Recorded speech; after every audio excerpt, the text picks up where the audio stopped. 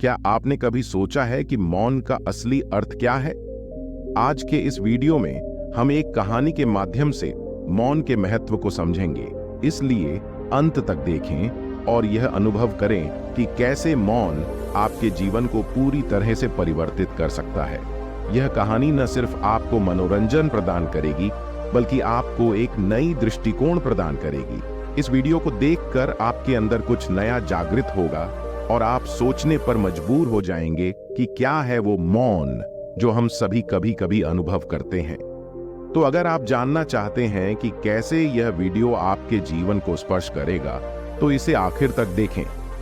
आश्रम के सभी बच्चे जब दूसरे कामों में लगे होते थे, तो एक बच्चा एक कोने में बैठा चुपचाप अपने आप में खोया रहता था। वो अक्सर किसी से ज्यादा बात नहीं करता था। आश्रम की सभी जिम्मेदारियां पूरी करने के बाद जहां सभी बच्चे पूरे दिन की घटनाओं की चर्चा करने लगते हैं, वहीं पर वो शांत रहने वाला बच्चा एक बरगद के पेड़ के नीचे बैठकर ध्यान करने लगता। सभी बच्चों को आश्चर्य होता था, क्योंकि उसका कोई दोस्त नहीं था। वो अक्सर आश्रम में अकेला ही घूमता रहता था। ये देखकर बुद्ध को बड़ी प्रसन्नता होती थी।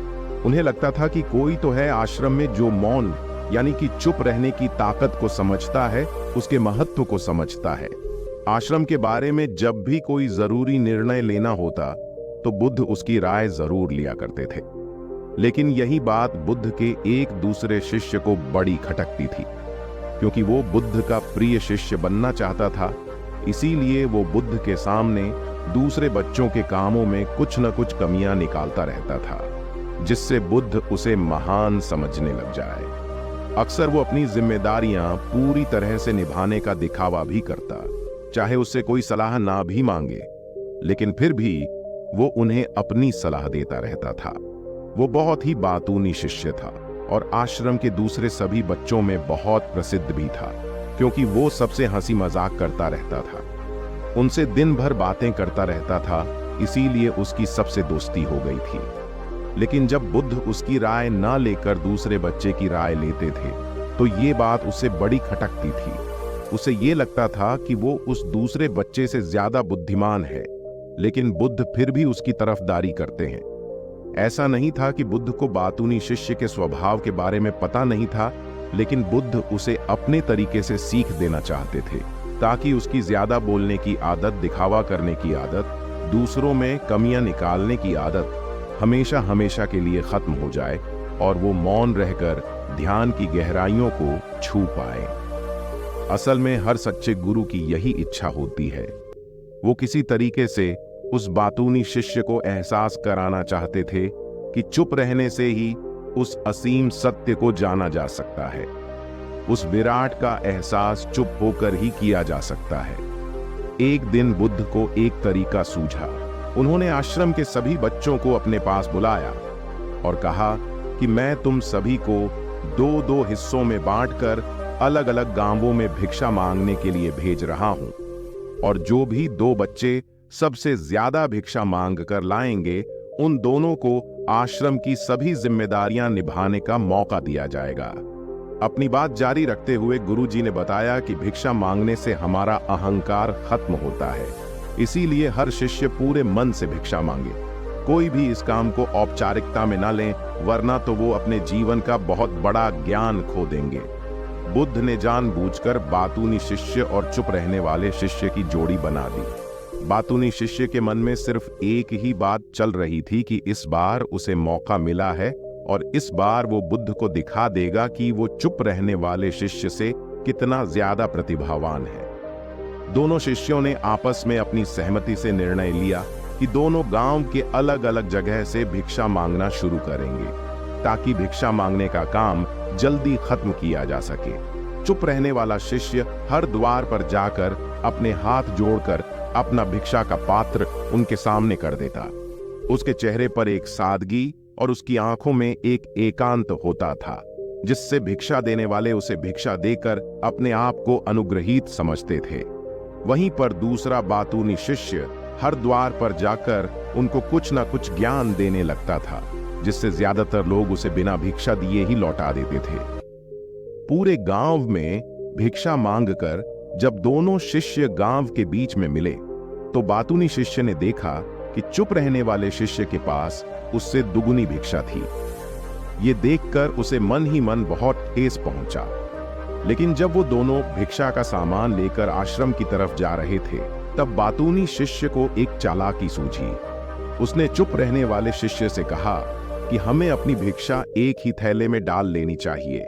बुद्ध ने हम दोनों को एक साथ भिक्षा लाने के लिए कहा था। चुप रहने वाले शिष्य ने बिना कुछ बोले अपनी सारी भिक्षा उसके थैले में डाल दी। बातूनी शिष्य मन ही मन बहुत खुश हो रहा था कि अब बुद्ध को यह पता नहीं चलेगा कि ज्यादा भिक्षा हम में से किसने मांगी। उसे लग रहा था कि बुद्ध मुझे इससे कम प्रतिभावान समझेंगे, इसीलिए उसने ये तरकीब लगाई। सभी शिष्यों के आने के बाद संध्या के समय जब सभी की भिक्षा ली गई तो इन दोनों शिष्यों की भिक्षा सबसे ज्यादा निकली।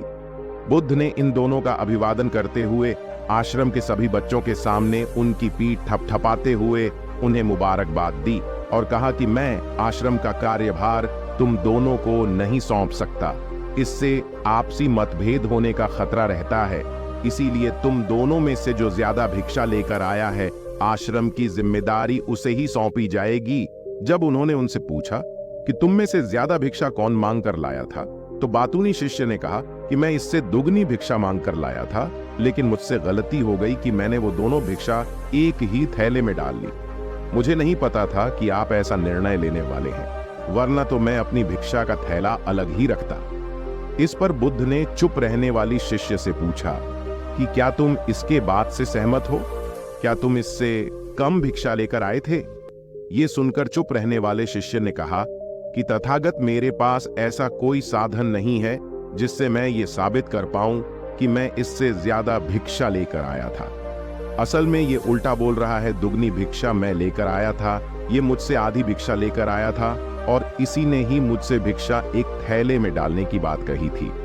आश्रम से कुछ दूरी पर एक पहाड़ी थी जिसके पीछे सूरज अभी अभी संध्या के समय ढल रहा था। बुद्ध को तो पता था कि सच कौन बोल रहा है, लेकिन बाकी बच्चों के सामने सच साबित करने के लिए उन्होंने उन दोनों से एक सवाल पूछा कि पीछे पहाड़ी पर तुम्हें क्या दिखाई दे रहा है? यह सुनकर वाचाल शिष्य झट से बोल पड़ा कि पहाड़ी के पीछे सूरज अपना रंग बिखेर रहा है, आसमान में लालिमा छाई हुई है, ये बहुत ही सुंदर दृश्य है। वो तो और भी बहुत कुछ कहना चाहता था, लेकिन बुद्ध ने उसे चुप करते हुए दूसरे शिष्य से जवाब जानने के लिए जब उसकी तरफ देखा तो उसकी आंखों में आंसू भरे हुए थे। श्रद्धा, भक्ति और प्रेम से उसकी आंखें भर आई थीं। बुद्ध को उससे पूछने की जरूरत ही नहीं पड़ी। बुद्ध ने सभी बच्चों को संबोधित करते हुए कहा कि मैंने सवाल किया था कि पहाड़ी के पीछे तुम्हें क्या दिखाई दे रहा है। ज्यादातर लोगों को यही दिखाई देगा कि एक बहुत सुंदर दृश्य है, लेकिन मजे की बात यह है कि सुंदरता बोलकर नहीं बताई जा सकती, उसे महसूस किया जा सकता है और सामने वाला उस सुंदरता को आपकी आंखों में देख पाता है। चुप रहने वाले शिष्य की तरफ इशारा करते हुए बुद्ध ने कहा कि असल में सुंदरता इसी बच्चे ने देखी है, दूसरे बच्चे ने सिर्फ सुंदरता की उपव्याख्या की है, लेकिन इसने वास्तविकता में उस सुंदरता को महसूस किया है। अपने आप को ऊंचा दिखाने की सभी कोशिशें नाकाम होती देख वाचाल शिष्य वहीं पर फूट फूट कर रोने लगा। उसको चुप कराते हुए बुद्ध ने कहा कि बेटा, मुझे पहले से पता था कि तुम झूठ बोल रहे हो, लेकिन मैं तुम्हें उस झूठ का एहसास कराना चाहता था। सभी बच्चों को संबोधित करते हुए बुद्ध ने बताया कि शब्द जाल की तरह होते हैं। हमारे ज्यादा बोलने की वजह से बहुत सारी समस्याएं पैदा होती हैं। जब कोई आदमी एक बात को बढ़ा चढ़ाकर बोल देता है तो उसे सिद्ध करने के लिए वो शब्दों के जाल में फंसता चला जाता है और इसी वजह से अंतर्मुखी होने की बजाय वो बहिर्मुखी होता चला जाता है। वहीं पर जिस भी व्यक्ति को अपनी अंतर यात्रा करनी होती है, उसे सबसे पहले चुप रहना सीखना होता है। जरूरत से ज्यादा बोलना या फिर हर वक्त बोलते ही रहना, ये सब हमारी अंतर यात्रा में बाधा बन जाती है। जब आप चुप रहने का अभ्यास करते हैं तो आप अपने साथ वक्त बिताने लगते हैं, जिससे कि आप अपने एकांत को जान पाते हैं। और एक बार अगर मन में एकांत स्थापित हो जाए तो आपकी आंखों में, आपके चेहरे पर वो सादगी, वो एकांत, वो स्पष्टता की झलक, सब कुछ सामने नजर आने लगता है। कुछ साबित करने को नहीं रह जाता, कुछ बताने को नहीं रह जाता, सब कुछ आंखों में देखा जा सकता है। चुप रहने वाले शिष्य की तरफ इशारा करते हुए बुद्ध ने कहा कि अभी जो दृश्य इस बच्चे ने देखा, वो ज्यादा बोलने वाला आदमी कभी नहीं देख पाएगा। वो अपनी बुद्धि से तर्क वितर्क करता रहेगा कि उसे क्या क्या दिखाई दे रहा है, लेकिन उसमें से वो महसूस कुछ भी नहीं कर पाएगा। उसे दिखाई दे जाएंगे पहाड़, सूरज या फिर उसकी लालिमा, लेकिन उसकी सुंदरता को, उस विराट को, उस अद्वैत को वो कभी नहीं देख पाएगा। अगर चुप रहने की कला सीखनी है तो तुम्हें सबसे पहले एक बात ध्यान रखनी होगी कि तुम्हें किसी को भी प्रभावित करने की कोशिश नहीं करनी है। ज्यादातर लोग इसी वजह से ज्यादा बोलते हैं क्योंकि वो दूसरों को प्रभावित करना चाहते हैं, अपने आप को साबित करना चाहते हैं, और साबित करने के चक्कर में वो शब्दों के जाल में फंसते चले जाते हैं और धीरे धीरे वही उनकी आदत बन जाती है। अगर कोई व्यक्ति दूसरों को प्रभावित करना चाहता है तो वो कितने लोगों को प्रभावित कर पाएगा? उसकी ये भूख बढ़ती जाएगी और वह संसार में सभी को कभी भी प्रभावित नहीं कर पाएगा। इसलिए यह समझने की बात होती है कि बहिर्मुखी होने की बजाय हम अंतर्मुखी होकर अपने आप को समझ सकते हैं। अपनी बातों को खत्म करते हुए बुद्ध ने अपना आखिरी संदेश दिया। उन्होंने बताया कि अगर कोई व्यक्ति ज्यादा समय तक चुप नहीं रह सकता तो उसे थोड़े समय से अभ्यास करना चाहिए। निश्चित संकल्प लेकर किसी व्रत की भांति दिन में कुछ समय या फिर हफ्ते में कुछ समय या फिर एक दिन चुप रहने का अभ्यास जरूर किया जाना चाहिए।